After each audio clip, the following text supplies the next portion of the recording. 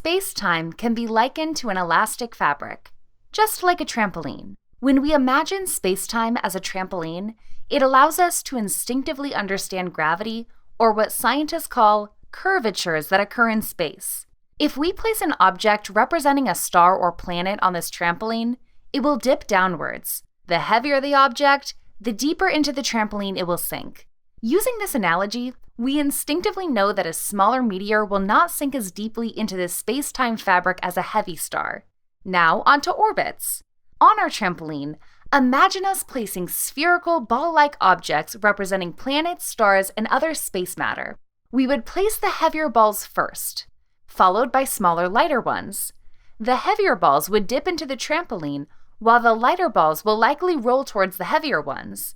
This is an analogy to gravity in space, where due to their mass, the heavier objects, like our sun, dip, or as scientists put it, curve this space-time fabric more than the lighter ones.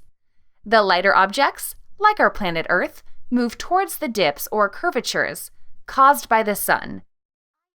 A much heavier object with bigger mass. The bigger the mass of the object, the more it dips or curves in the space-time fabric due to its stronger gravitational pull.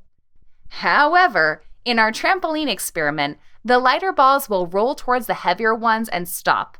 But to get an orbit similar to what we see in space, we need to create a balance between the speed of the smaller balls and the gravitational attraction of the heavier ones. Now, if we give the smaller balls a push instead of just letting them go, we will notice that they will roll around the heavier ball to create an orbit.